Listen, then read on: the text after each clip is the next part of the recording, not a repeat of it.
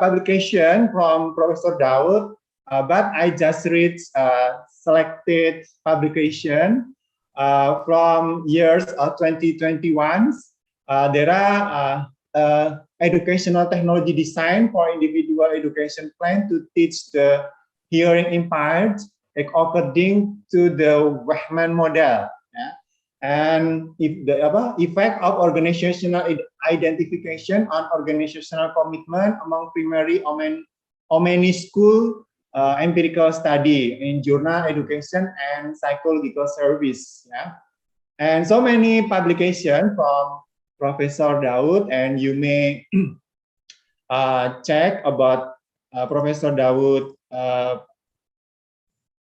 publication in Google Scholars and Professor Dawood CV in IIUM. And our Stadium General, you may deliver the presentation, Professor Dawood, about an hour, and then after that, we will discussions. Maybe some student will deliver questions to you, and maybe not just student, maybe some lecturer who join this Stadium General. Okay, Professor Dawood, about an hour's until lecture is yours. Okay. Thank you. Welcome. Bismillahirrahmanirrahim. Alhamdulillah. Wassalatu wassalamu ala Rasulillah wa ala alihi wa sahbihi wa man wala. Dear professors, lecturers, dear my brothers and sisters among the students of Unissula, Assalamu alaikum wa rahmatullahi wa barakatuh. Based on our collaboration between the International Islamic University, Malaysia, and Unissula University in Indonesia, we are quite happy to collaborate and work together for the sake of serving our Ummah. I myself attended a conference in your university maybe 3 years ago. And Alhamdulillah, now I meet you in this online lecture because COVID-19. Otherwise, I think we can exchange face to face. However, the topic of today is human concept in Islam. And I myself prefer to use the word or the concept Insan. I think even Bahasa Indonesia, you are using Insan as a concept, which refer to human beings. Anyway, in this session, we will try to understand the concept of Insan in Islam, and also we would attempt to understand some of the implication of this concept in our lives, whether at the individual life or the organizational life, or even at our life in general. Also, we'll try to explore the differences between the man-made philosophies and Islam in relation to Insan concept. First of all, I would like to draw your attention to a very basic thing, that when we talk about the concept of Insan in Islam, then the comparison, we tend to refer to man-made philosophies, because the mainstream philosophies, particularly in our world today, is the man-made philosophies. We don't focus much on the paradigm of Islam, or what we can sometimes call it Tawhidic paradigm, or sometimes we call it worldview, Islamic worldview. So let us see what are the main differences between Islam, which is Allah's religion, it doesn't refer to man's or man-made religion. It is Allah's religion, revealed by to the Prophet sallallahu alaihi wasallam, and we refer to them by Quran and Sunnah. So what are the main or the unique differences between our deen and other man-made philosophies? Because we start with La ilaha illallah. So everything comes from Tawheed. Because if you believe in the Creator, in one Creator, that is Allah, then that's the first distinguishing factor between our conceptualization and man-made view of Insan or human beings. Okay, based on that Tawhidic paradigm or Islamic worldview, there are three areas or group of or categories which might be used to distinguish between the conceptualization of Islam and other man-made ways of thinking. Number one, the ultimate goals.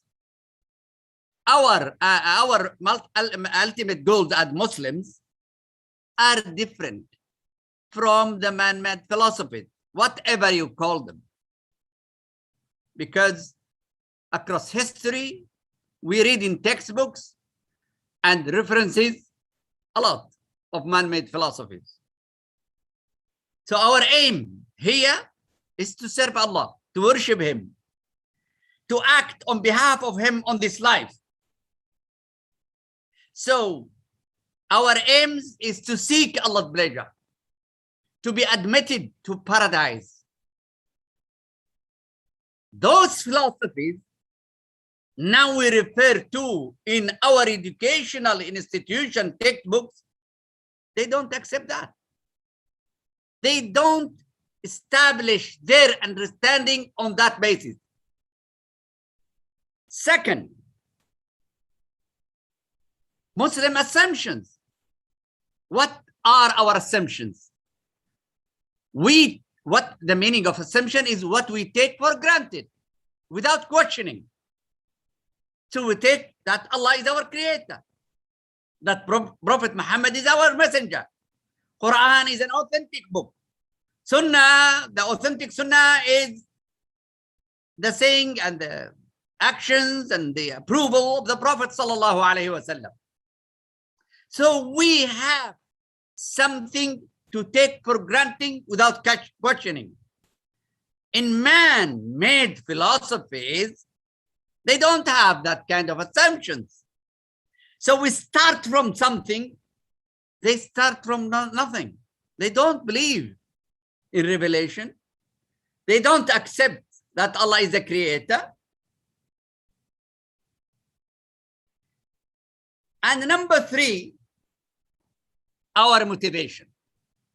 What motivates us to do or to think or to innovate or to be creative? Our motivation is to serve our society, because the Prophet sallallahu alaihi wasallam says, "Khairun nasi anfa'uhum linnas." The best people are the most beneficial people to other human beings. So our motivation is to be among the best people in the eye of Allah. It's to get the reward from Allah. So I'm coming now to give this talk because I feel I will be rewarded from Allah subhanahu wa ta'ala. So our motivation, the ultimate motivation, are not the same. So we can see the differences in terms of ultimate goals, in terms of assumptions, and in terms of motivation. If these three things are different, so do you think the concept of human or the concept of insan will be the same? Because we will refer to what we assume as or take for granted knowledge. The sources of knowledge for us, Quran and Sunnah. So if we want to know the concept of Insan, we have to refer to them.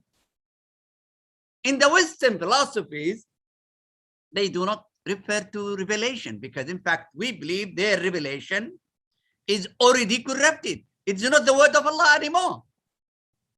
So it's man-made. So we cannot refer to something which is made by human beings. And that's the basic assumption. That will make a huge difference in the process of conceptualizing the concept of insan or human.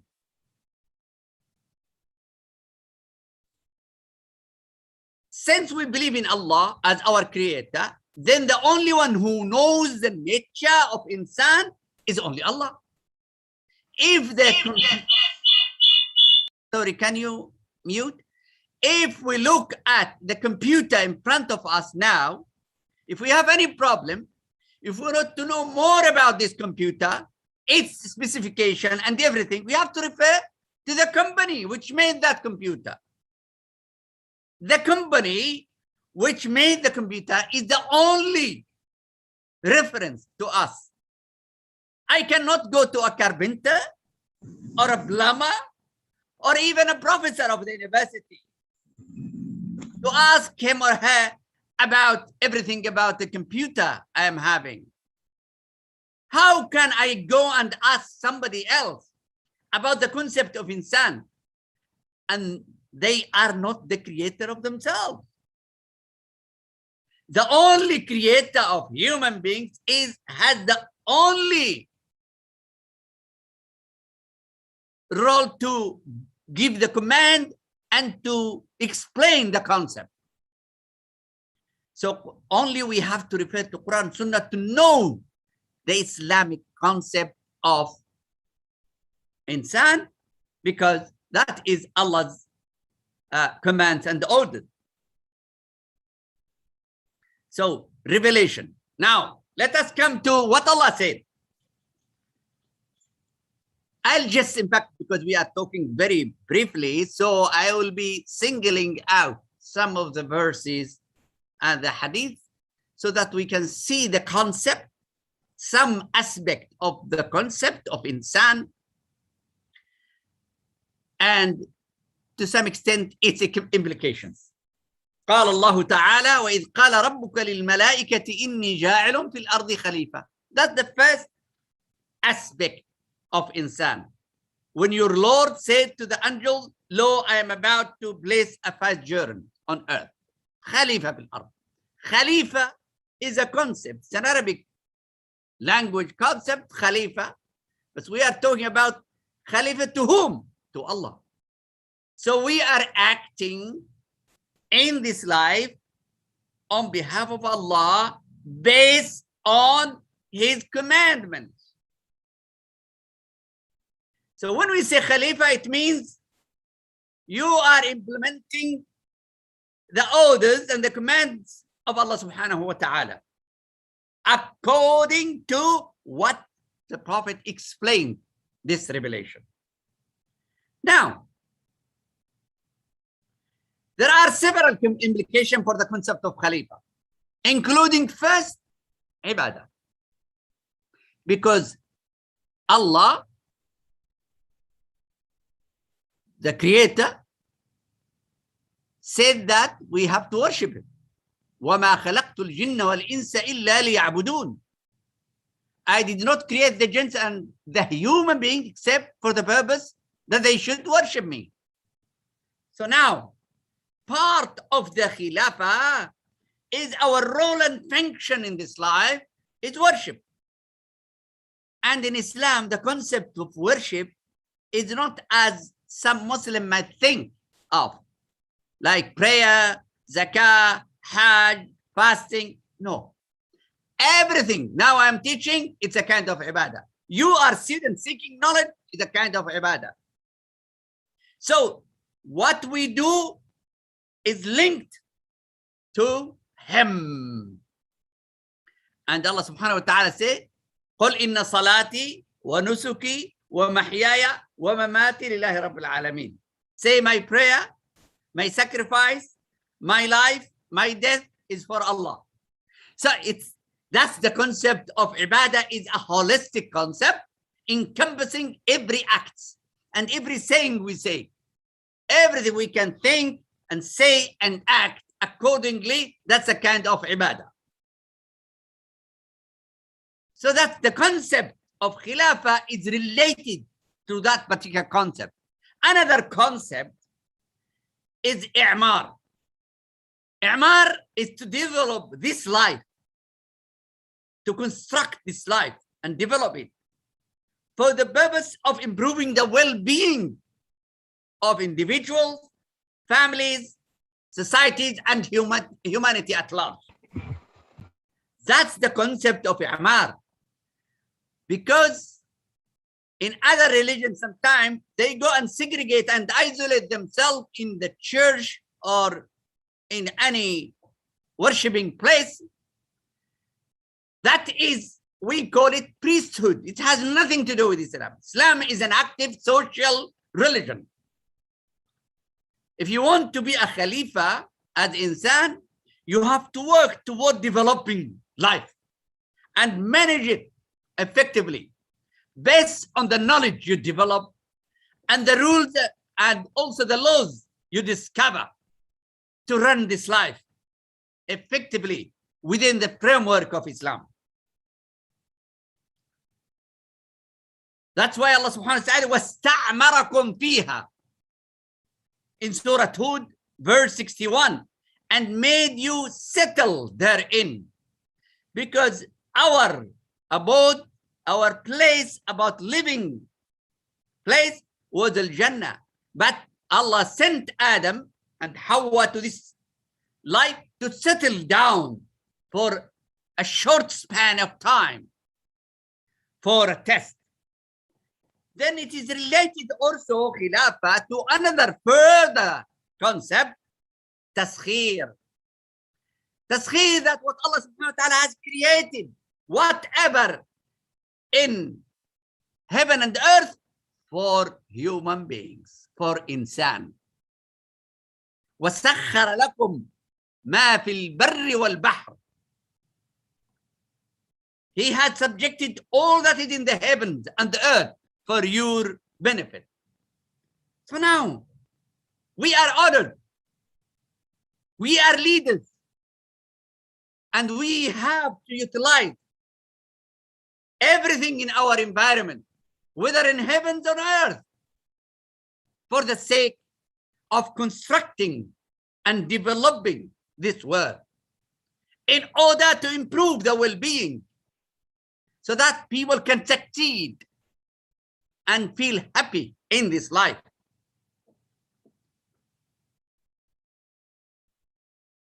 Non-Muslims, they think what they have, what they can get in their own discovery and knowledge, that they have got it out of their power.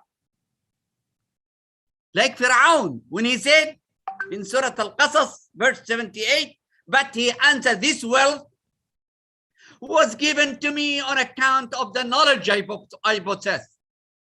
As Muslims, the knowledge we possess, it is just little part of that knowledge from Allah subhanahu wa ta'ala. وَمَا أُوتِيتُم مِّنَ الْعِلْمِ إِلَّا قَلِيلًا. What you have been given from knowledge is so little. So that's the ethical dimension of the concept of insan, is humbleness and fairness and submission to the source of knowledge, Allah subhanahu wa ta'ala. And also in the same surah, وَعَلَّمَ آدَمَ الْأَسْمَاءَ كُلَّهَا. Allah grant human with the ability to learn. Then Allah taught Adam the names of all things. Now that's again, is one of the basic characteristics of insan, is the ability to learn without being able to learn. Then we are animals. Allah has created animals and all living and non-living things for the benefit of human beings.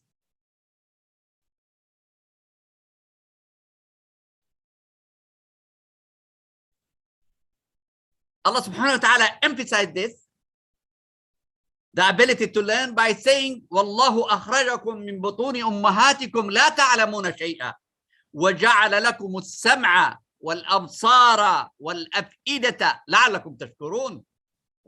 And Allah has brought you out from the wombs of your mothers while you know nothing. So when we were born, we don't know anything. But we have the ability to seek knowledge, to produce knowledge, to generate knowledge, and put them in for our benefits. And He gave you, and that's the channels by which we can collect and observe data. And He gave you hearing, and that's we can, by research, we hear. Most of the hearing comes through interviews or discussion and so on. And sight by observation. So whether it is quantitative or qualitative knowledge you generate, that is the gifts which were granted by Allah to us. And hearts. And here in Quran, the hearts put together the emotion and the intellectual skills. So we get through the senses, the data, and we process them through our heart. Our heart, we mean here both the brain and the emotion. That you might give thanks, and that is the concept of Islam. Whatever knowledge you generate and what reflection and thinking you make, the first aim, not only to benefit from this knowledge you generate, but also to thank Allah subhanahu wa ta'ala. That's a different conceptualization of the concept of insan. All created mankind equal. This is another concept, another aspect of insan, equality. The best among them is the best in piety and the best in moral excellence. In Surah Al-Hujurat, verse 13, the most honored of you are the ones the most mindful of Him. Surely the most noble of you in the sight of Allah is the most righteous among you. Another translation.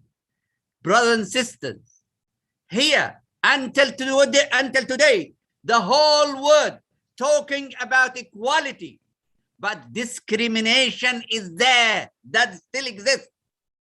How many millions are dying because of discrimination? Unfortunately, there is no quality. There is exploitation. Just a simple thing. Climate change. It is a problem. They just organized a conference in Glasgow, in Scotland.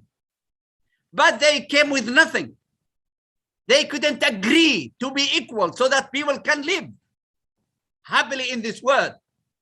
Because few people, whether government or companies or individuals, they want to earn more money at the expense of humanity. That's why their concept of insan is unjust, is not fair, is zalim.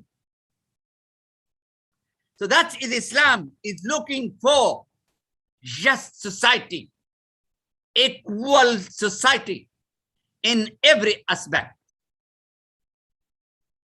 As you know, how many millions from Africa were taken slaves? So at the beginning of that, during the 19th century, they were taken as slaves. They bought them, they sold them like commodities. So that was a commodity concept of insan. Also, other people in the West, they talk about machine concept. Machine concept where they buy their labor for money. If you don't work that way in a very bad environment, they will never give you the money. Yes, you have to work like a machine. And nowadays, recently, they started talking about humanistic concept of Insan. But, sorry? Can you, Muhammad Akbar, yeah, okay. can you mute? Yes. Humanistic concept of Insan in the West is giving the freedom to do whatever you want without taking into account neither religion nor even society, tradition, and custom and culture. That's why we find people, they believe in multiple reality. We believe in one reality, Tawheed. There is only one reality for everything. So, brothers and sisters, we have to take into account that if we want human beings to live happily, we have to perpetuate the concept of equality, true equality, that everybody in the eye of Allah, the same according to their righteousness, not their color or their wealth or whatever, as it is the case in the West. Another aspect of Insan is we have certainly created man in the best form. لقد خلقنا الإنسان في أحسن تقويم. Now, other philosophers in the West, they argue that we came in an evolution, according to the evolution theory, from apes. And Allah subhanahu wa ta'ala said, He created us in the best form, a completely different from animals. But that's the man-made philosophies. Allah subhanahu wa ta'ala, as I said, dignified us and honored us. And people, they want us to degrade us, to be treated like animals. Man did not evolve from apes. Humans were created by Allah with special gifts and unique qualities. Allah gave us the mind, the knowledge, and also the free will. The free will is an important part of the Islamic concept of Insan. That is the choice for decisions, to decide about your own destiny. Allah has given us these qualities to decide whatever we want, and give us also the guidelines, that's the Quran Sunnah, so that we don't go astray in our decision if we will. Because there is no compulsion in religion. No compulsion in religion. You have to use your mind. The guidance is there. It's up to you to decide to follow the guidance or not to follow. But you have to be accountable before Allah for your own decision. That's the freedom and the free will for, or irada for the person. Quran states that all humans are the descent of one man, Adam, and are therefore brothers to one another. So there is no classes in Islam. But in the West, you'll find people are classes. Higher class, middle class, working class. And they're fighting for social mobility. They couldn't do it. But in Islam, as I said, the best in the eye of Allah is the most pious, the most righteous, and the most Allah's conscious. So a poor man or woman could be better than a wealthy man or woman in the eye of Allah subhanahu wa ta'ala. That make you happy because the ending will be better for you. There is no envy among, that's as I said, there is an ethical dimension for the concept of insan. Because this is fitrah, the button in which Allah has made mankind. So that we are all brothers and sisters, whether the Muslims or non-Muslims. All of us are brothers. We have to care for each other, whether Muslim or non-Muslim. The Quran tells that the believers have been sent for the betterment of mankind. So the main aim now of human beings is to establish a good life for everybody, for humanity. So the aim is the betterment of life for mankind, regardless culture and religion. Because we all should promote what is good and prevent what is wrong. And that is what helps us to have a better life.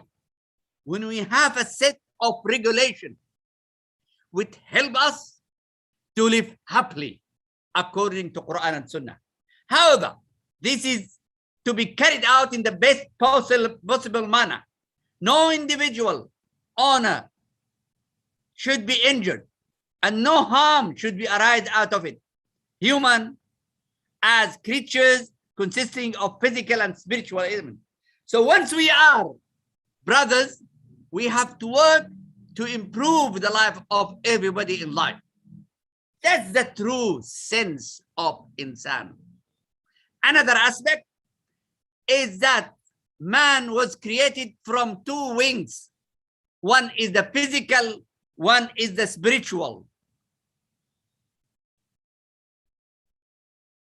قال تعالى وإذ قال ربك للملائكة إني خالق بشرا من صلصال من حمأ مسنون فإذا سويته ونفخت فيه من روحي فقعوا له ساجدين.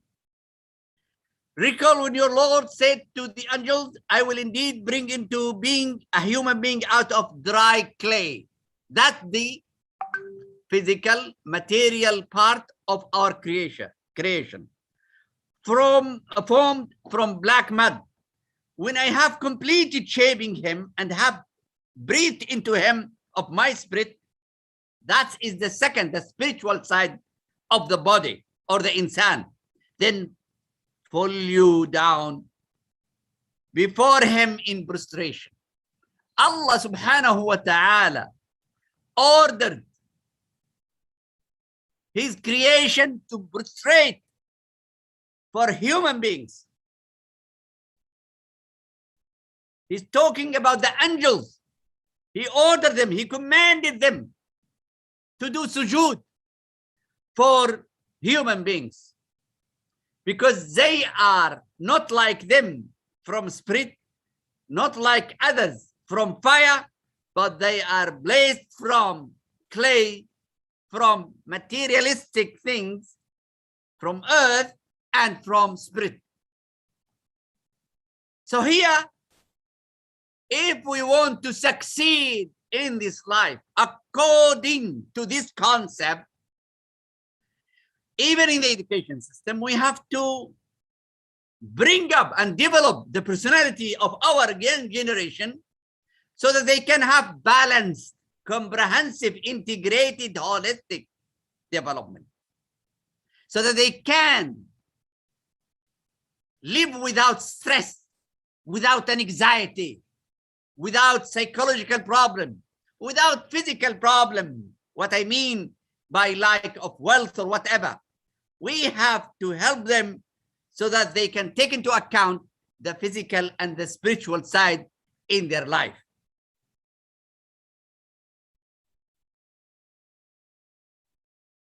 Another aspect, insan also is not left without guidance. Because Allah created us, as I told you, if this computer in front of us needs a manual of instruction to repair, to mend, to get the help, we have to have a manual of instruction. This manual for us, Quran and Sunnah. Allah has created us, and He said, if you want to repair yourself, to lead a good life, to use this life effectively, then this is your manual, Quran and Sunnah. In وَهَدَيْنَا هَدَيْنَاهُ النَّجْدَيْنِ, and we pointed out to him the two clear ways of good and evil. Iman has two potential inclination as well. So why he is guiding us? Because we have the good side, the strength and weaknesses. So in terms of weaknesses, we need guidance in order to live happily and successfully in this life and the life to come. Allah has provided us with the senses and the mind plus revelation so that we can live happily, think more creatively. That's why Allah subhanahu wa ta'ala said, قَدْ أَفْلَحَ مَنْ زَكَّاهَا وَقَدْ خَابَ مَنْ دَسَّاهَا. In Surah Al-Shams, the one that قَدْ أَفْلَح, succeed, the person who purify his soul, succeed, and the one who corrupted fail. Now it is our free will and choice and decision to follow, to purify our soul or to corrupt our soul. Because what matters is not only the physical entity of our body, but our heart. So the concept of Insan as such has several dimensions, namely the cognitive, that's the mind, the reasoning, the emotional with the heart, the social aspect. Because man cannot live without being able to interact with others. In fact, one of the commandments of Islam is to get married, to establish a family. And the basic unit of a society is the family. So it's, the social aspect is part and parcel of Insan. The ethical, as we mentioned earlier, and the practical dimension or the action or the behavior, the deeds, the righteous deeds according to our right beliefs. Thus, Insan had to be treated on the basis of all these connotations. As we know that angels were asked to prostrate, to do sujood for created man. Other man-made philosophies focus on one or two components. They might talk about the mind. That's why you will find in the philosophies, they talk about cognition, and they have talked about cognition, or emotion, or ethics. But they don't have this comprehensive, integrated approach to human beings, which also link and integrate the aql and naql, what we think and reason, with the revelation to support if we are going astray. We don't have such kind of things in the textbooks we study in our university. In Islam, Insan had to be treated in a holistic and integrated manner. Now in Quran, Insan, the word Insan mentioned 71 times and Bashar 37 times. I'll tell you why. Because the concept of Bashar, it's talked about the mankind, referred to the shape and manner of human beings, the physical shape to some extent, which make them different from animal like apes or whatever. Whereas the word Insan is coming, the root of the word Insan from Uns. Uns is to be close and intimate, to whom you share and you interact socially. So it means that Insan is a social being, and he or she needs more conducive social environment to be more innovative and creative as well as happy and successful. That's what the universities had to do, is to provide a conducive social environment which help people to interact and produce better and to live better. Insan has different components and not only restricted to a materialistic and economic aspect as we are dealt with Insan today. You can see the media, the social, what they are focusing on. They are only on the lust and emotion, the negative emotion of people, or materialistic, economic, and wealth. The social aspect is an outstanding element, not like other philosophy which focus more on individualistic perspective. They want the individual to decide whatever, regardless, custom, culture, norms, laws, revelation, what have you.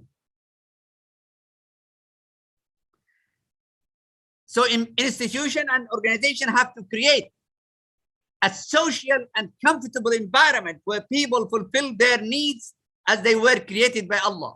Work also has to be organized in teams to be consistent. So even our teaching should focus on this social aspect, like cooperative learning, group work, and so on. Insan has dual nature, that is material and spiritual. So Insan is characterized by ability to be a leader, ability to think, reason and learn, to develop life, to change and transform. Because Allah subhanahu wa ta'ala, إن الله لا يغير ما بقوم حتى يغيروا ما بأنفسهم. Allah will never change the state of people unless they change themselves. So we have the ability of changing ourselves. And that's a very important aspect of the concept of Insan in Islam. Because he has a free will, free or ability to decide, ability to distinguish between good and bad, then it is recommended of him to reform himself first, herself first, then the family, and then the society at large, to shoulder what we call amana, which Allah has bestowed upon us with this amana. The whole life is amana, given to him by Allah, to struggle in achieving the goals and aspiration, and to serve others. But also Insan has weaknesses. Insan needs help and guidance, and he has to put extra effort to help himself or herself. Such negative characteristic, being in a hurry, and that this is just some of the weaknesses of human beings. Being in a hurry all the time, pessimism, weakness, stinginess, jealousy, unsatisfaction, forgetfulness, following his or her lust and desire at the expense of others, tend to argue and dispute, to do injustice, ignorant, thinking of being eternal, easy to be misled, and other as stated in the Quran. All these, we need the guidance of Quran to bridge the gap and to help us to overcome all these weaknesses. Otherwise, we'll go astray.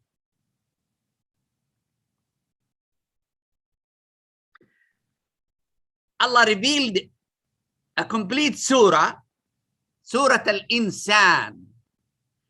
I hope this should be a homework for our students to look at Surah alInsan. I don't think we have time to discuss all this, but at least read this surah, Surah alInsan, to understand part of this kind of things, and also look at Surah al-Baqarah when they are talking about the Khilafah. These two, al-Baqarah from verse 30 to 39, and this Surah al-Insan, you will be able at least to have the main concept of Insan. The surah discusses that Allah created Insan and how he or she was created. Also, Insan has a good innate nature and two pulling powers inside the self. So by nature, we are good. But sometimes our nafs, our self, sometimes lead us to commit something bad. With Allah's guidance and Insan mind, the institution and the organization can help and support its members, like students, to fulfill their needs and potential, and consequently, the members will contribute immensely to institution, organization, mission, and objectives. The second part in Surah Al-Insan, Allah guide Insan and grant him or her the free will to make a good or bad decision. Then Insan will be accountable before Allah in the hereafter. The third, Allah clarified rewards and punishment for Insan in the hereafter. The fourth, Allah explained the importance of ibadah and dhikr. Thus, institution and organization have to create an environment to fulfill the spiritual needs of Insan's personality. The fifth and the final component of this surah stress that the real success of Insan is in the hereafter. The university has to contribute to the comprehensive development of Insan so that he or she will contribute to the well-being of the education institutions, organization, and society. Now, briefly, let us summarize some of the qualities of the good qualities or positives of Insan. Ability to learn because of the creation of mind, because he was born ignorant, as stated in the Quran, granted with senses and mind to learn and decide. To be a leader of all creatures on earth, and Allah created everything for Insan service, but avoid to corrupt. Today, the whole world is corrupting our planet Earth.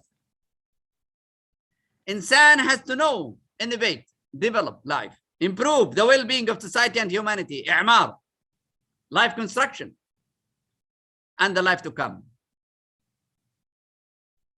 Allah created Insan with the mind and senses to be able to learn and distinguish between what is beneficial and what is harmful for individuals and communities.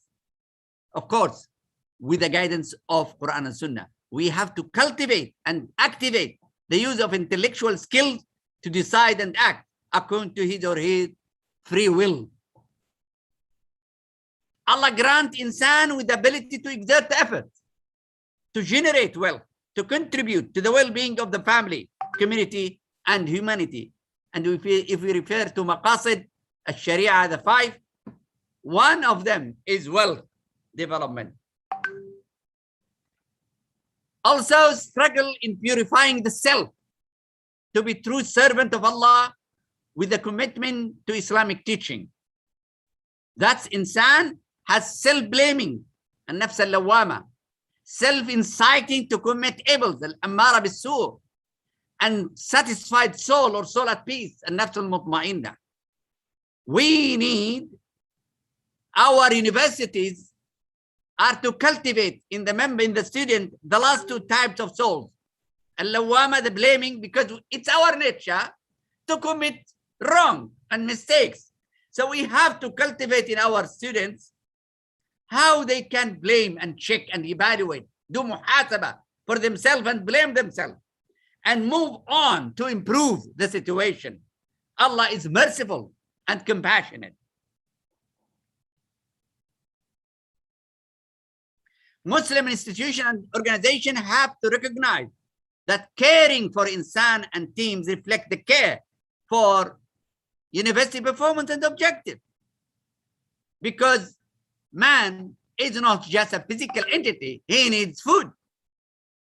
It's a complete being. It's a holistic, integrated person. And let us talk about some of the weaknesses in brief. First, as I said, weakness. Person, human beings, Insan is a weak, and man was created weak. That's why he needs to refer to Allah. That's why Allah has given him the guidance. خُلِقَ الْإِنسَانُ ضَعِيفًا. Man was created weak. And this weakness could be physical, could be psychological, could be intellectual or mental. And that's why we tend to drift away according to our, desire. That's what Allah subhanahu wa ta'ala said, adorn for the people is the love of desire.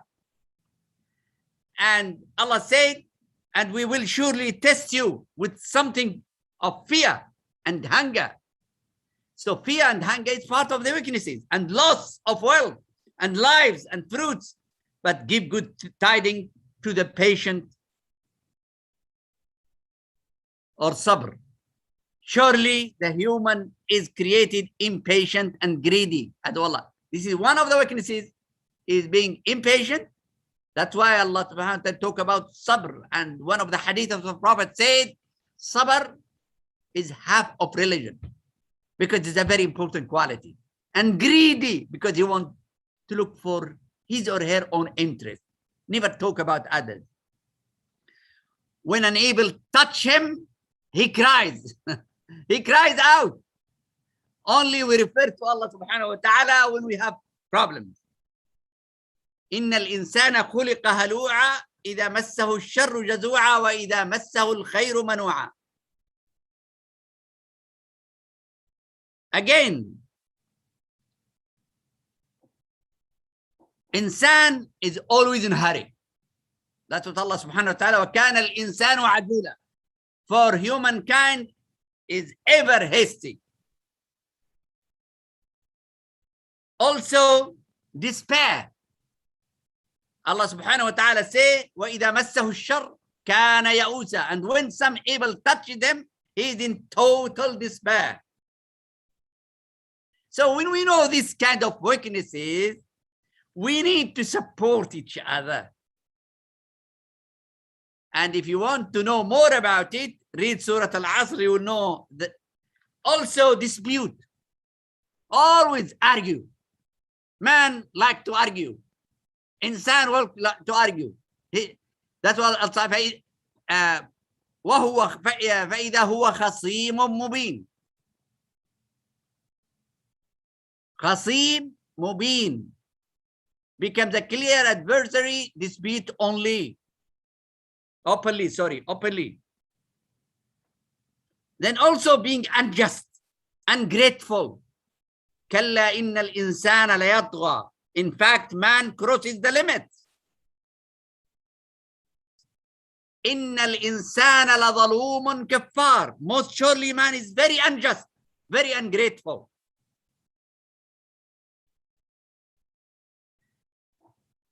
The concept of Insan in Islam is unique. This is the conclusion. The concept of Islam is unique simply because it is related to the creator of Allah. Since Allah is the creator, then he is the only one who has the right to command. Allah bestowed upon us with unique qualities, honored us, created us in the best form, and make us to act on behalf of him and serve none but him. We were created to manage life, to succeed in it and the life to come.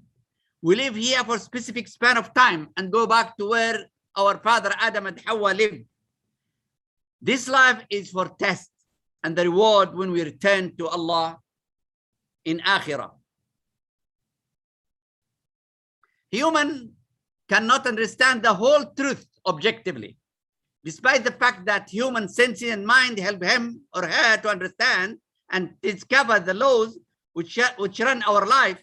However, his or her understanding will go wrong unless he or she follows Allah's guidance. Human cannot understand the whole truth. Human has to balance between the soul and the body, the material and the spiritual, this life and the second life, the individual and societal life, reason and emotion, and his or her life in a holistic, integrated, and balanced way.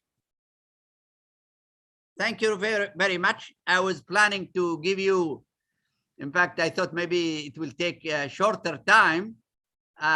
So I thought I will discuss with you a new model to replace Maslow hierarchy of needs, because we are talking about human needs here.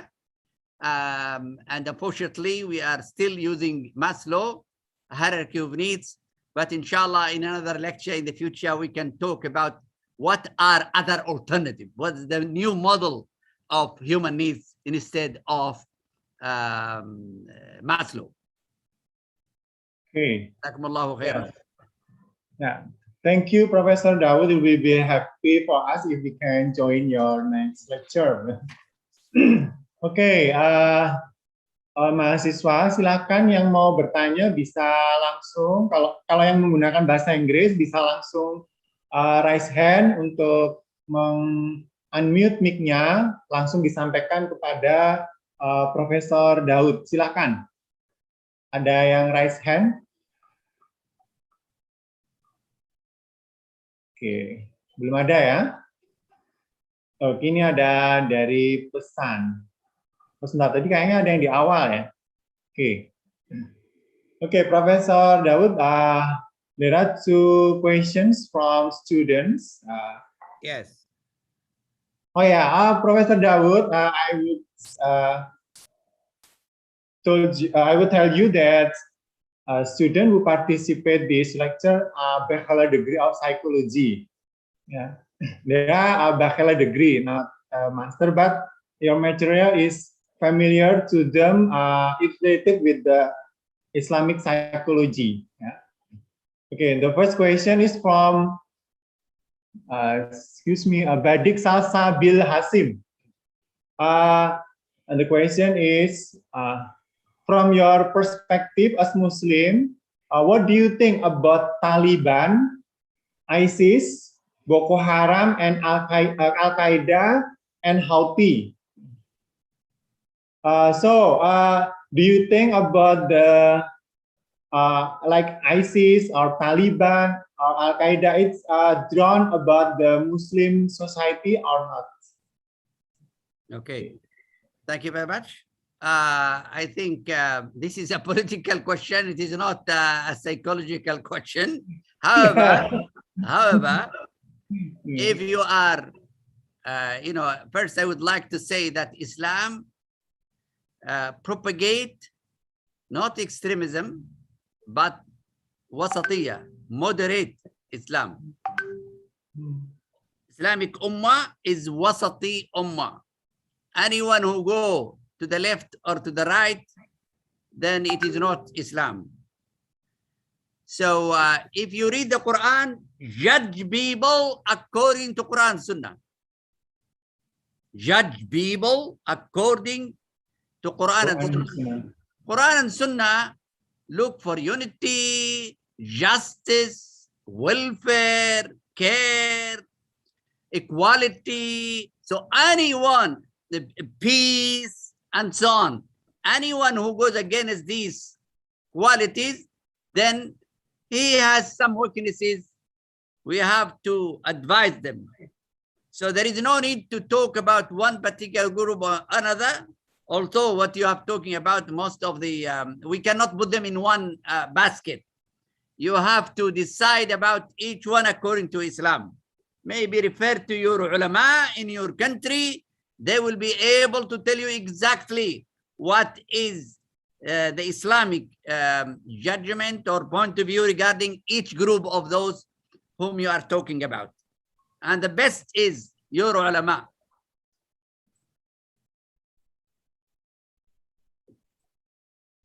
Okay, thank you, Prof. Dawood. Yeah. Okay, there are two students who raise hand. Maybe host could you help me? Siapa yang raise hand itu ada dua itu ya? Siapa ya? Langsung aja dibuka mic-nya. Siapa ya? Assalamualaikum, Pak. Oke, Septian Prawisuda Putra. Silakan. You may ask the question directly to Professor Dawood.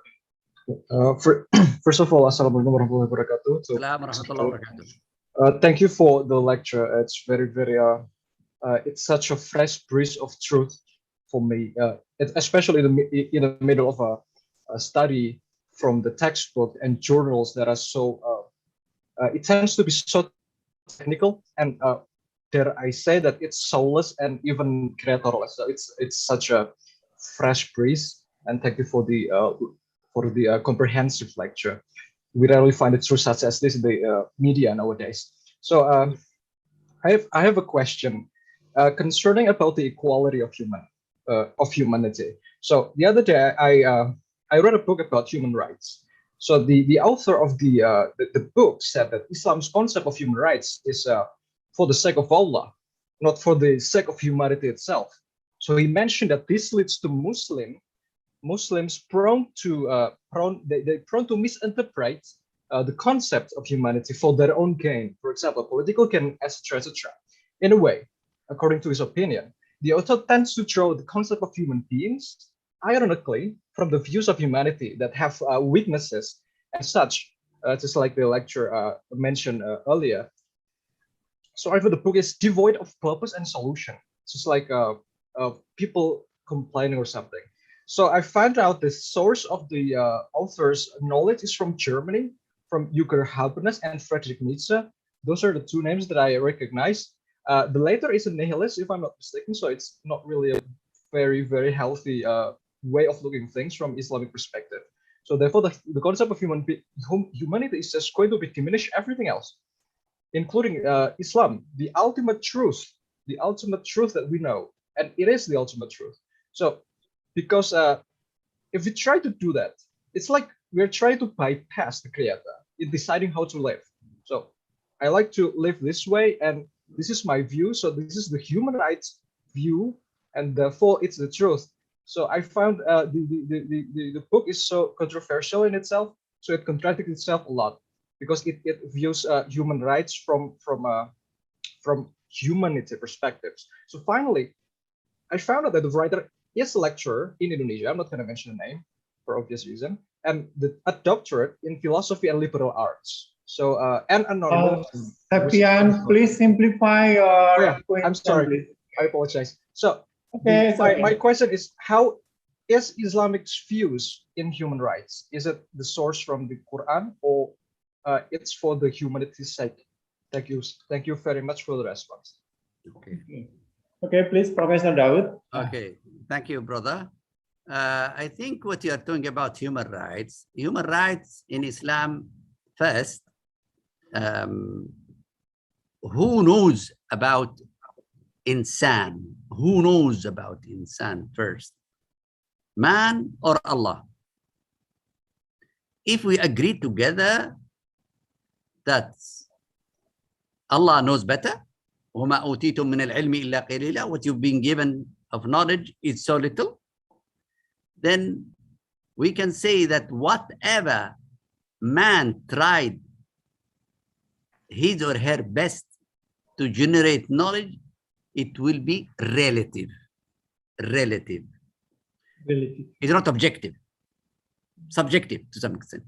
Okay, it's a very subjective. Now, the more people agree on intellectual reasoning, the more approaching objectivity, but they cannot reach 100% objective knowledge regarding anything, not only human rights, anything.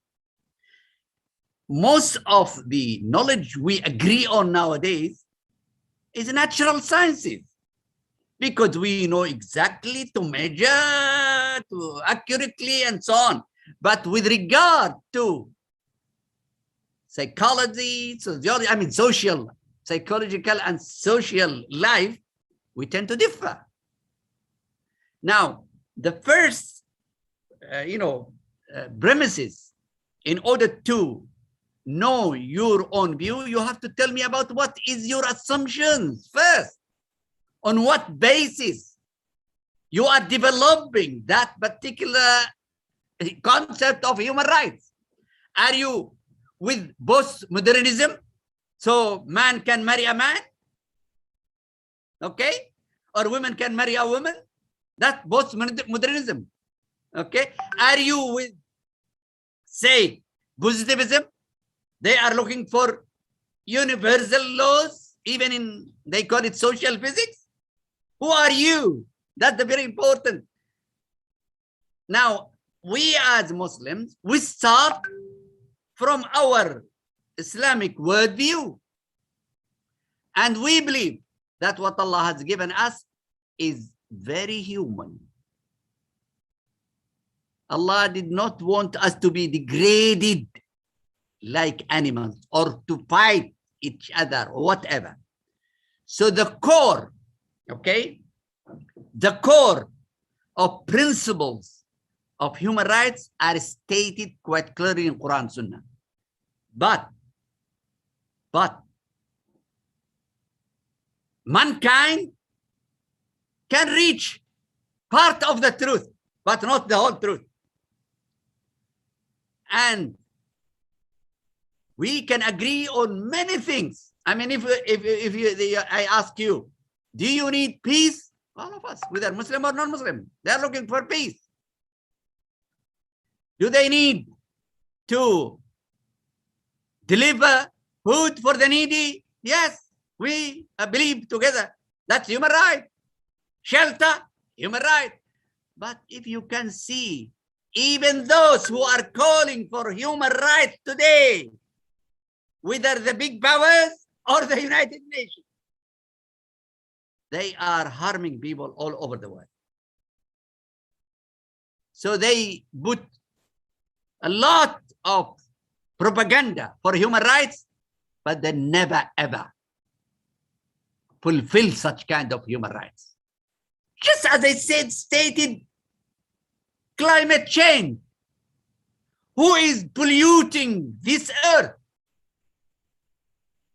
Either government or groups or companies who are looking for personal use, personal benefits. They want to gain more wealth. Most of the wealthy people in the world, they are doing it right or wrong way. At the same time, they are polluting. We are dying. And everybody is fighting to change the climate because of human beings' corruption.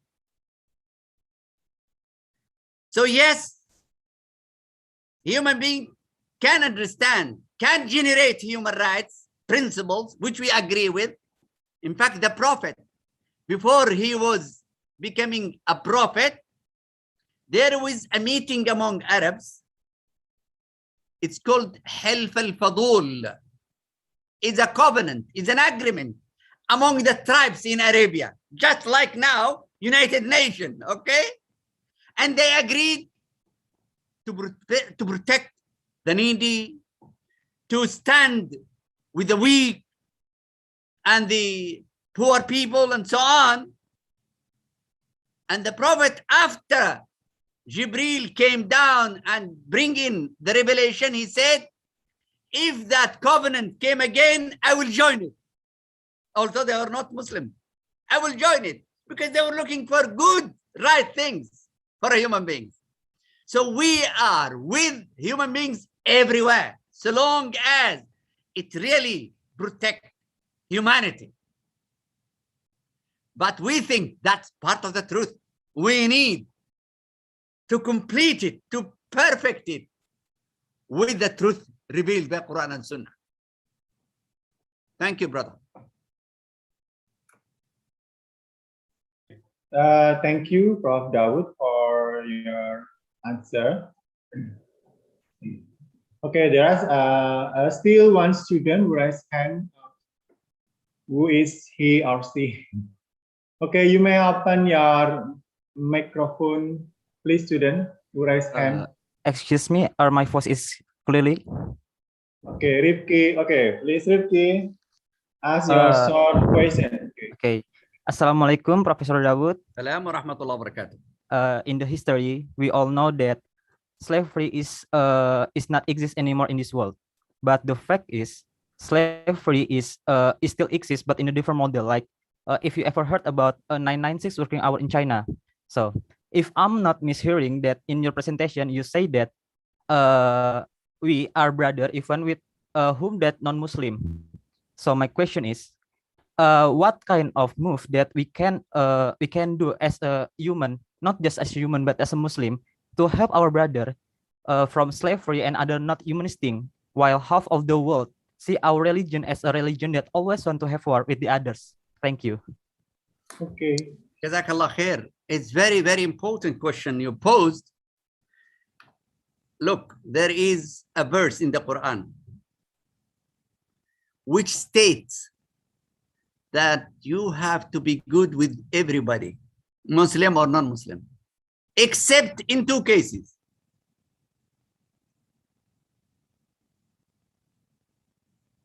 First, they don't force you to leave your religion, or they kick you out from your land. Kick you from your land. Either they fight you because you are a Muslim, simply because you are a Muslim. Second, they kick you off your land. Now you have two criteria, two standards. Apply it wherever you want. I'll just give you an example.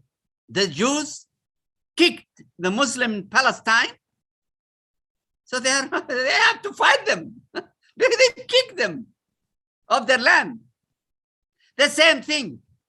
If they force you not to be a Muslim, then you cannot be good to them at all.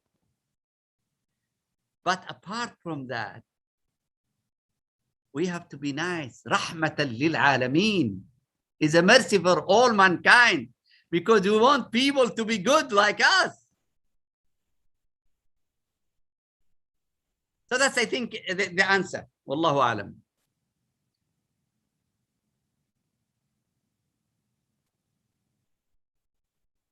Sorry. Okay, Prof. Dawood. There are some questions in chat room.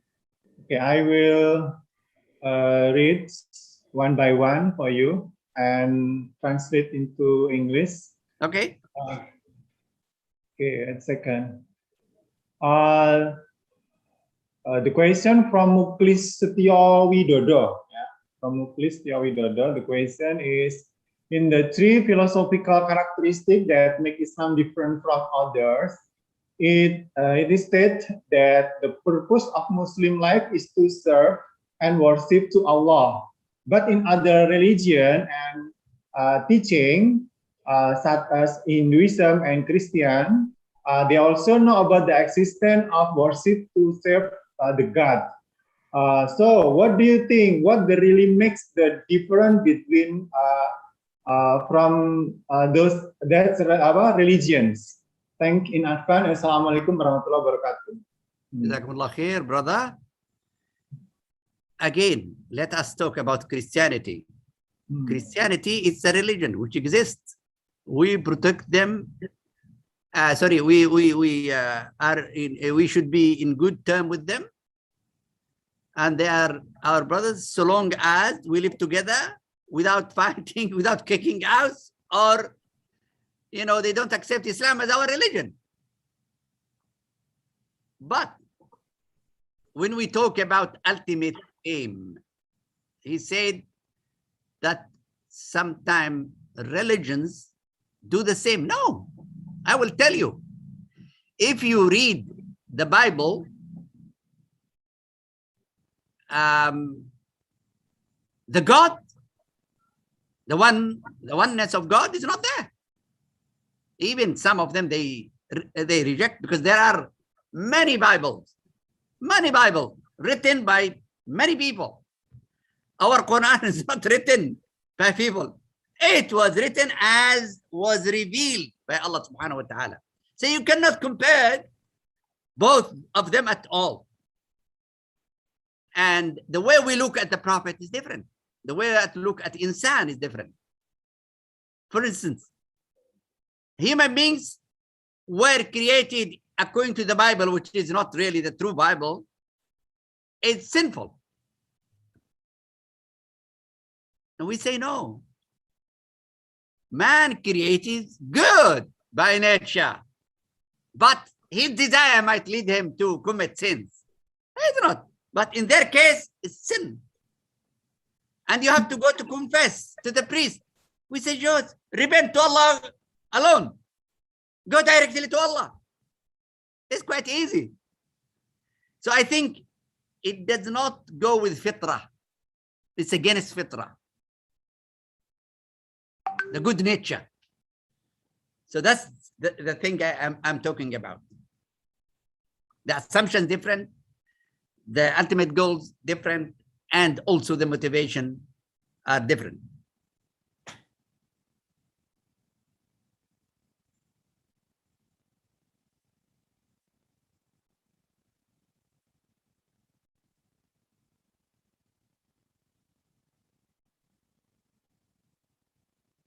Unmute, Prof, unmute. Oh, yes. Okay, sorry. Thank you. Okay. How do the next question from Anggita Pramestikinasik? Yeah. The question is, how do we accept God decrees for us so that in the future we will always feel we always grateful and believe that Allah Subhanahu wa Taala has arranged the journey of human life. Thank you. Sorry, it's not clear. The question is not clear. I would repeat again. Okay. How do we accept about God decrees? What decrees is like what is so similar like when Allah have what would we call about the sick, health and wealth, like that. Maybe the meaning of decrease is like wealth, health and wealth and sick maybe, or ill. Okay. So we still have, we still are grateful or gratitude and believe that Allah give the best arrange for human life. Okay. I think that's the meaning. Yes, okay. First of all, we have to accept one of the nature of this life. This life is very short. It's not our life. It's part of our life. And our life is linked to the other life. And this one is a very, very short. So, and we were all came here for test. For test. Sometimes we may be tested in our world by being poor or health or whatever. So the forms of being tested might be different. And we have to accept that. The most important thing we have to be thankful, are we ready to accept that kind of test or not? I mean, now if a student, for instance, did not study and you failed him, does he have the right to say that why you failed me? Simply because he didn't study? If somebody has happened something to him, then Allah telling him to be patient. Allah will reward him in the next life. So it is not only we are living very, very short time, but the extended time. He will be rewarded. As I said, he might get reward better than the rich. So if we believe that there is a hereafter, we wouldn't be saying such kind of thing. Sorry. Okay, go ahead. Oh, sorry. Okay, heavy rain in Semarang, Prof. Heavy rain in Semarang. Okay. Heavy rain.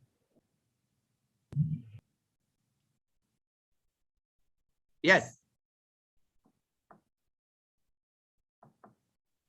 Any more question? Unmute, Prof. Unmute. Your mic. Oh, yeah, okay. There are still a few questions from students. And now I will report to everyone that Semarang is still heavy rains. Some of our students not in Semarang because still pandemic. Some of them in outside Semarang city. Online.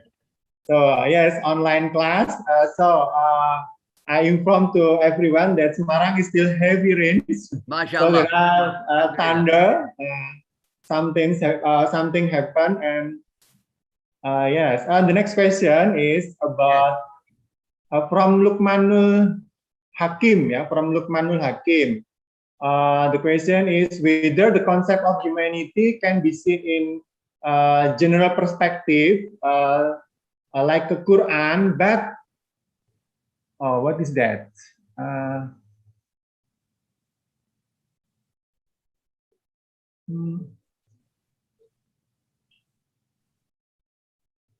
Okay. Oh, it's about ini human perspective can be seen view Quran perspective because there are some what we call about the some like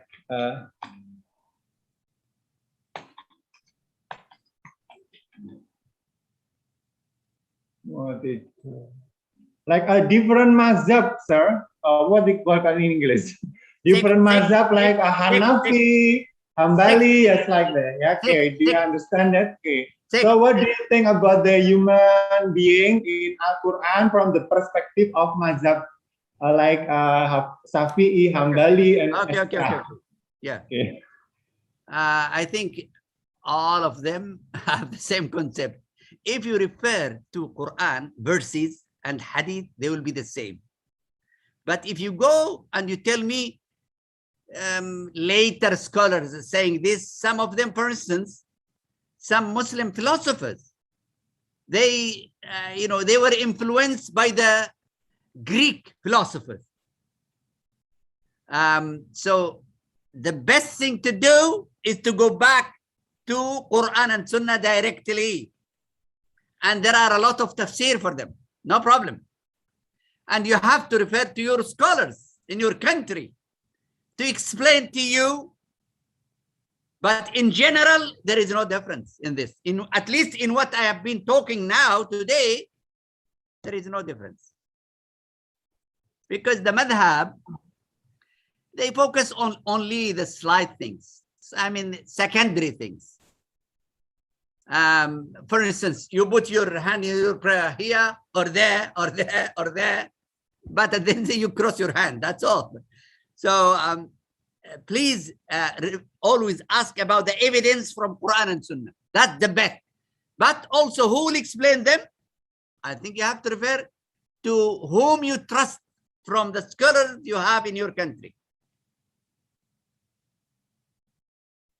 So even there are a few mazhab, we still there are a difference about the human being concept, sir.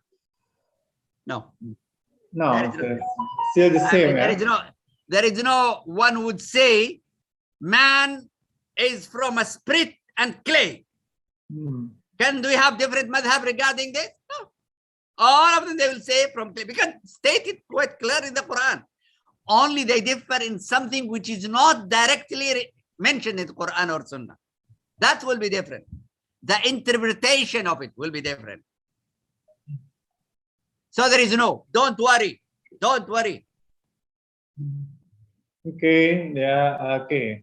The next question is from Muhammad Rizki Maulana. The question is, maybe it's about the philosophical questions. Yeah? The purpose of human life is to serve and worship to Allah. Even though we know Allah doesn't need worship or anything from His creations. So the question is then, why did God create man? I didn't understand the question at all. Okay. Okay, I will repeat again. The purpose of human life is to serve and worship to Allah. Yes. So we know that, actually Allah doesn't need worship or anything from human. Yes. Yeah? Yes. So what's the really reasons of human created, God created humans? Yes. Well, as I said, a test. The answer is test. He wants to test us. That's all. Nothing else. الذي خلق الحياة والموت ليبلوكم. He created life and death to test you. Who is the best among you? That's all.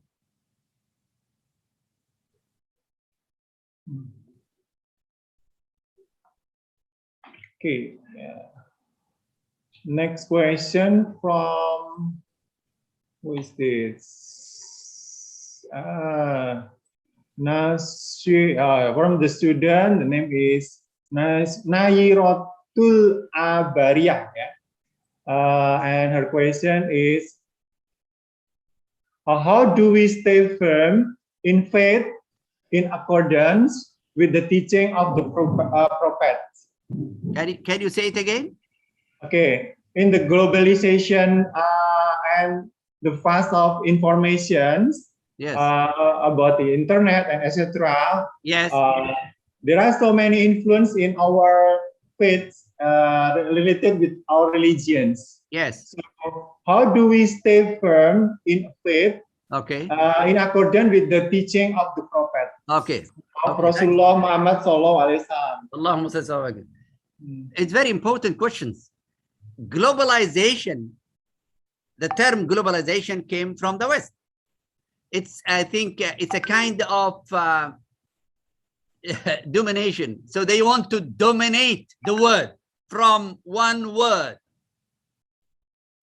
So one country or few countries want to dominate the scene in the whole world.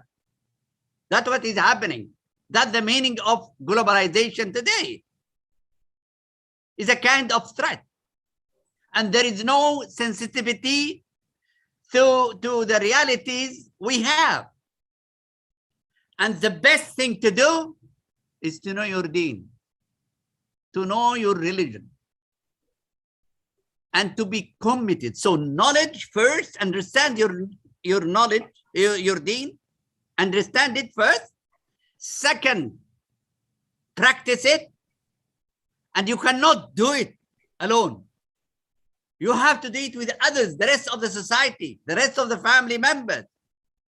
Because Allah subhanahu wa ta'ala says, وَالْعَصْرِ إِنَّ الْإِنسَانَ لَفِي خُسْرٍ. Man in loss, except those who believe, do righteous deeds. That's two. So you have to know first. Second, you have to practice.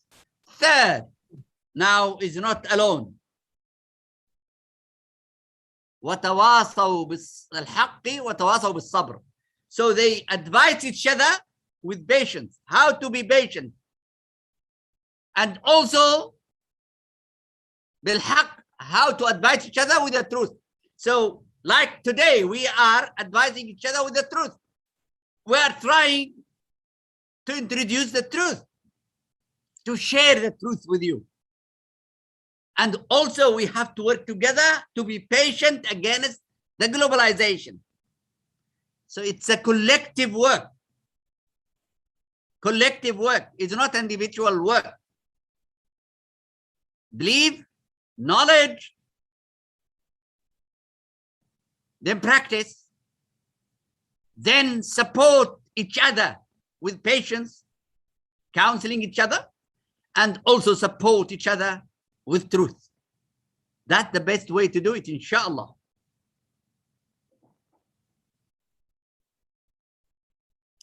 I think, are there many questions? You can, if you have many questions, you can translate them to me.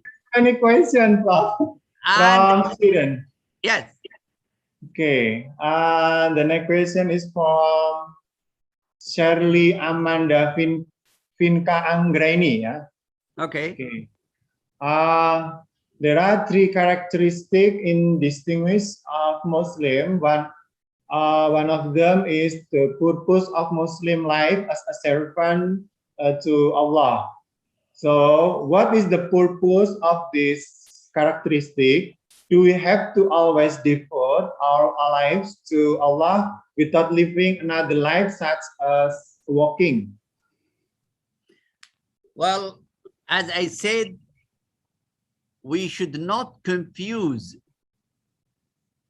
traditional understanding to Islam to the Quranic concept of Islam.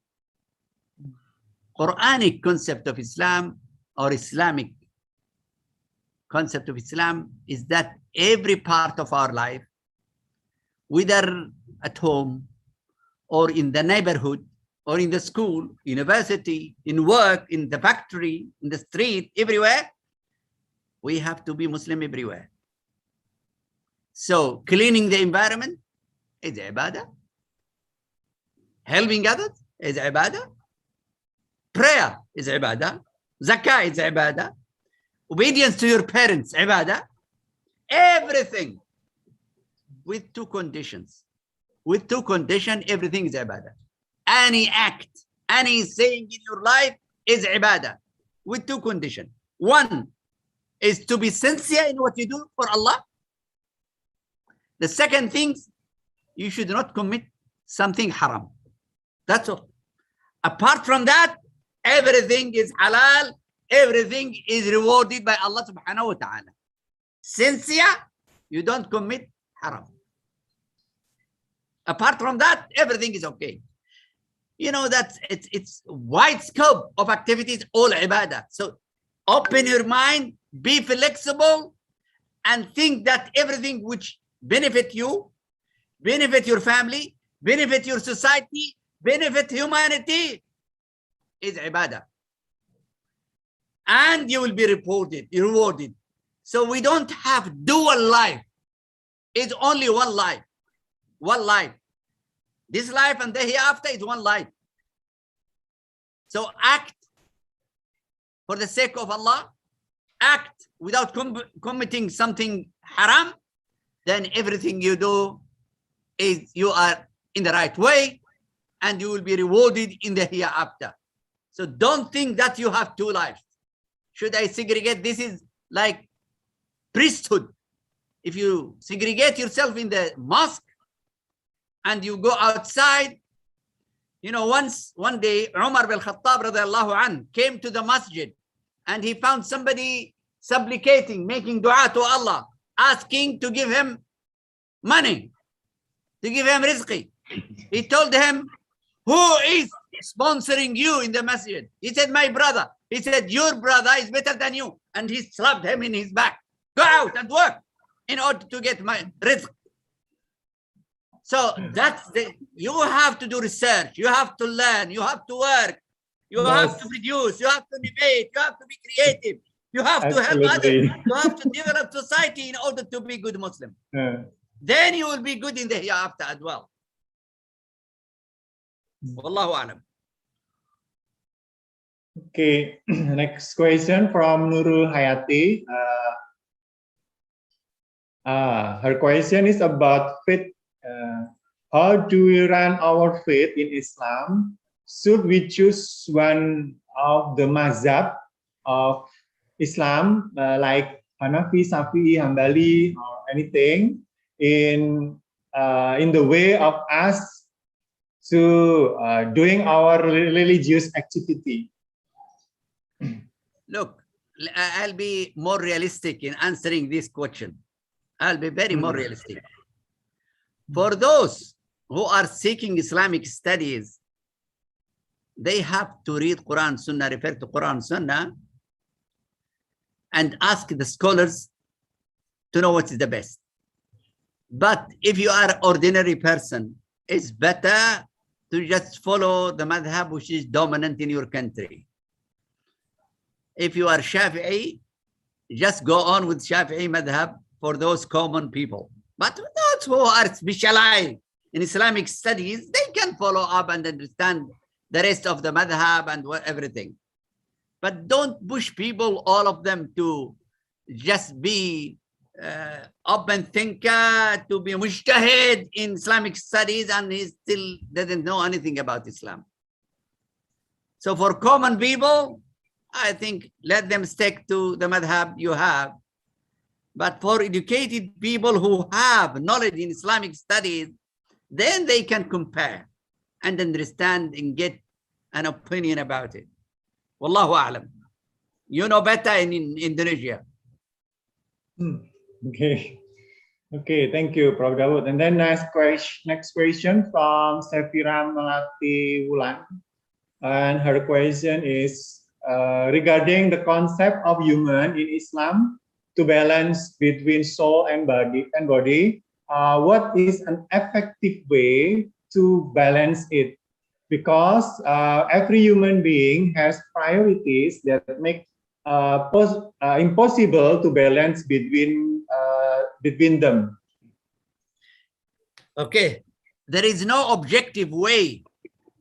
I don't have a balance so that I weight this and I weight this. It's just, trying your best. Trying your best. For instance, I'll just give an example. Every one of us has to have a plan for his or her life. For instance, to develop the mind. That is learning, training, knowledge, skills, and so on.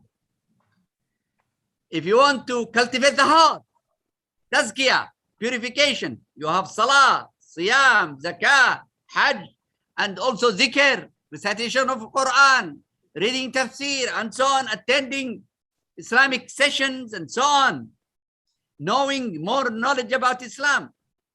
And when you talk about the physical body, you need to do exercises, you have to eat balanced food. If you are looking for social life, you have to get married, and you have to establish good family, and you have to educate your kids for the future.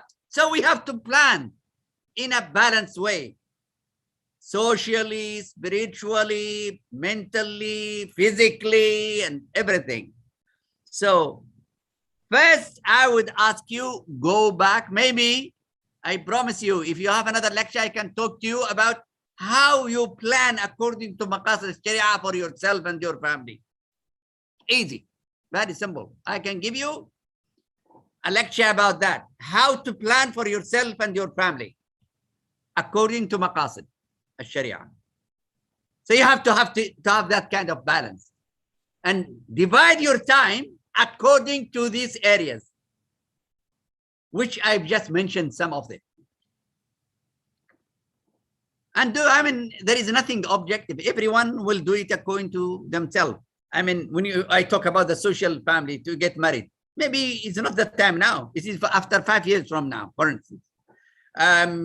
So some of the things you can do, focus now, what are the priorities? At every age is different from time to time, but at least seek knowledge in Quran and Sunnah, practice the ibadah and zikr and so on. At the same time, learn for a job to earn money, halal money, and then establish your own family and help society in any way you can.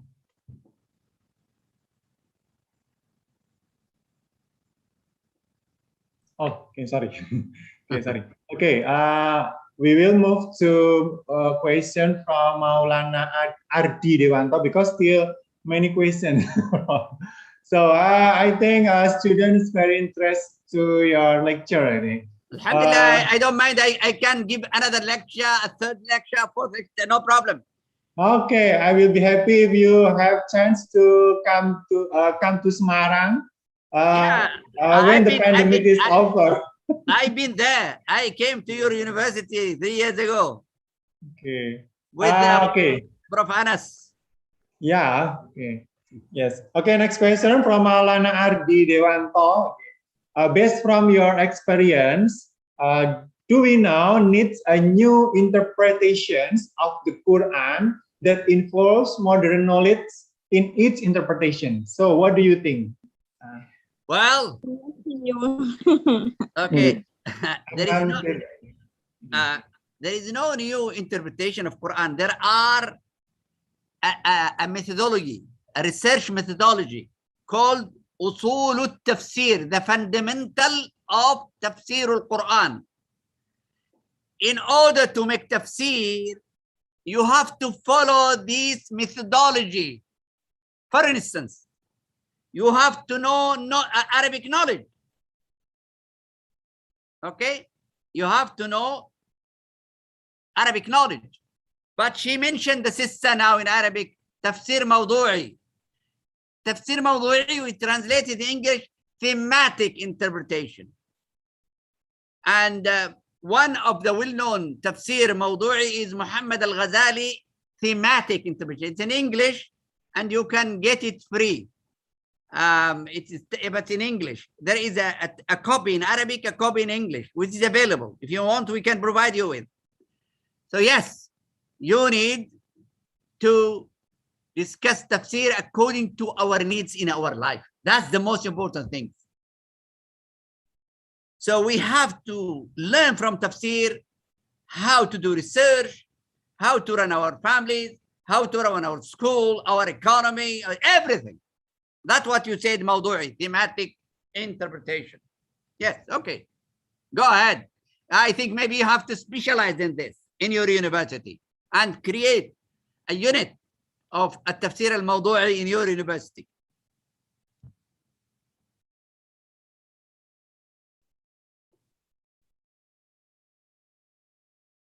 Prof, again, the microphone, mics, Prof. We cannot hear you. Okay, sorry. Yeah. Okay, we move to question from Mila Tanha. Maybe we are really sorry for our students because not all of your question will be delivered to Prof. Dawood because there are still many questions. And next time, inshallah, next time. Okay. Okay, we still have one question again to answer, sir. Okay. The question is, some people follow his religions because of he was born to parents who are certain Muslims. Yeah. Then what about the children who born from the parent are not Muslim? Yeah. But the children always wants to find the truth about the belief in God. So what do you think? The children died in a search of the truth of the God. Can be he can still consider as believer in God, or he or she may be in mushrik? Okay, brother and sister, Alhamdulillah, if you are born within a Muslim family, that's Alhamdulillah. So your parents are responsible for you to bring you up according to Islam. But if somebody in one way or another left or commit sins, I think he or she, we should help him and guide him and be merciful to him or her and bring him back.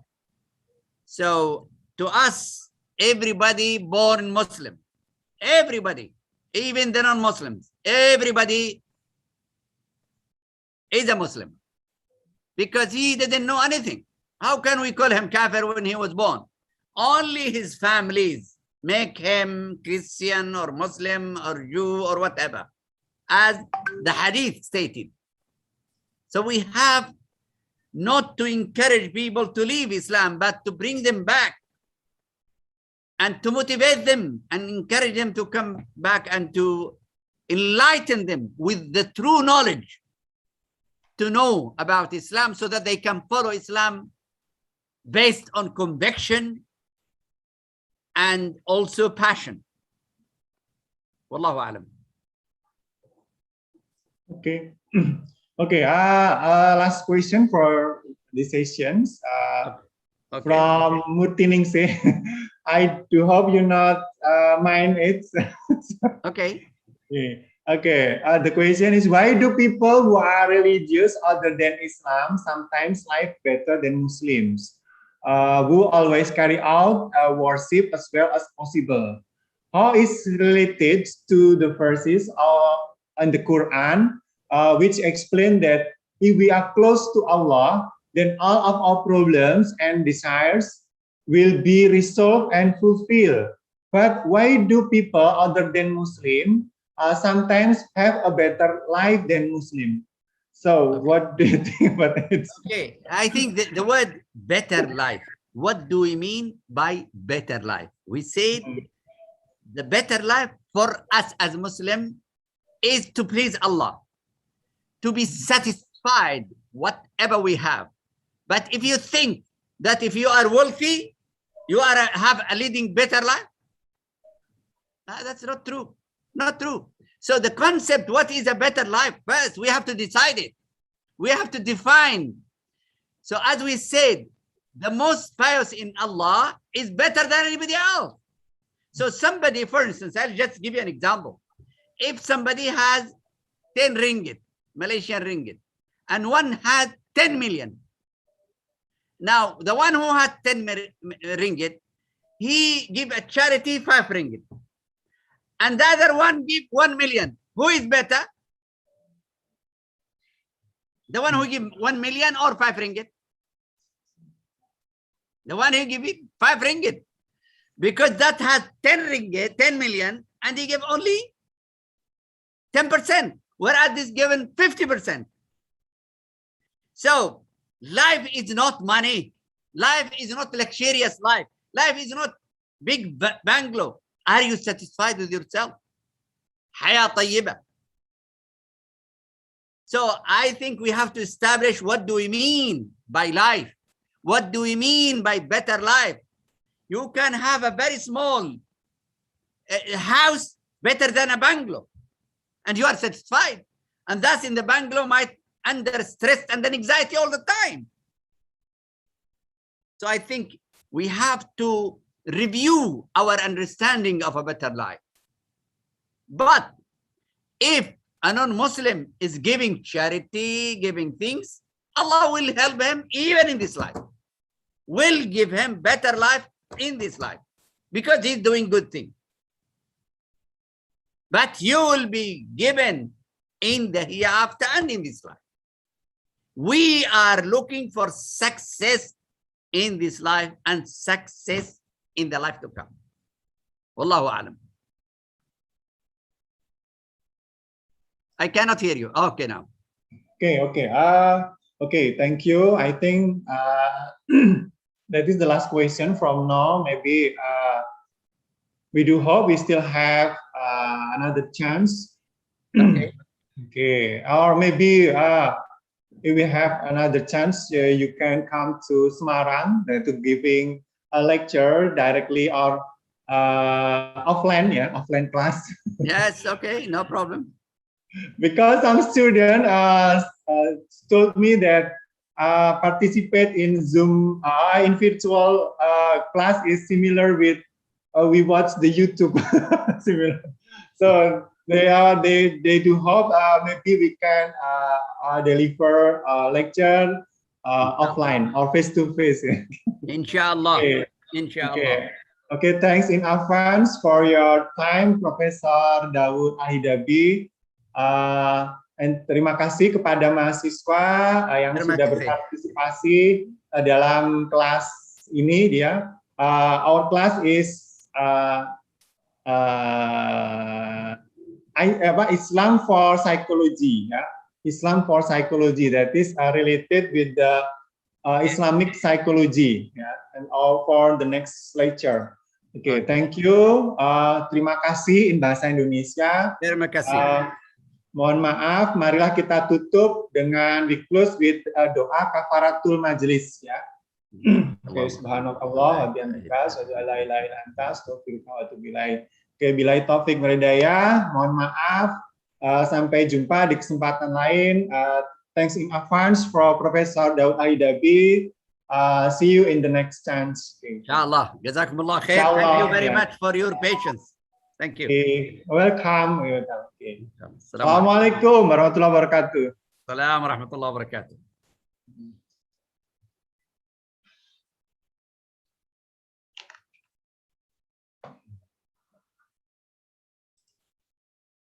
Oke, izin live nggih, Mas.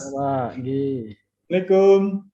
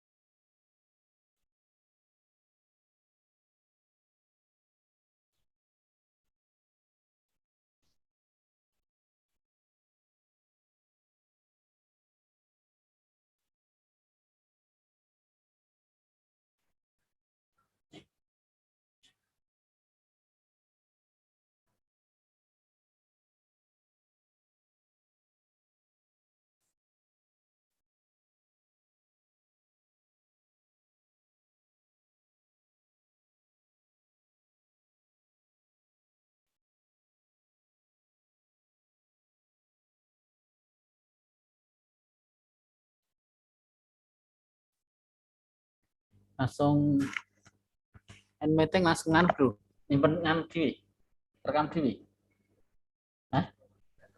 otomatis ya.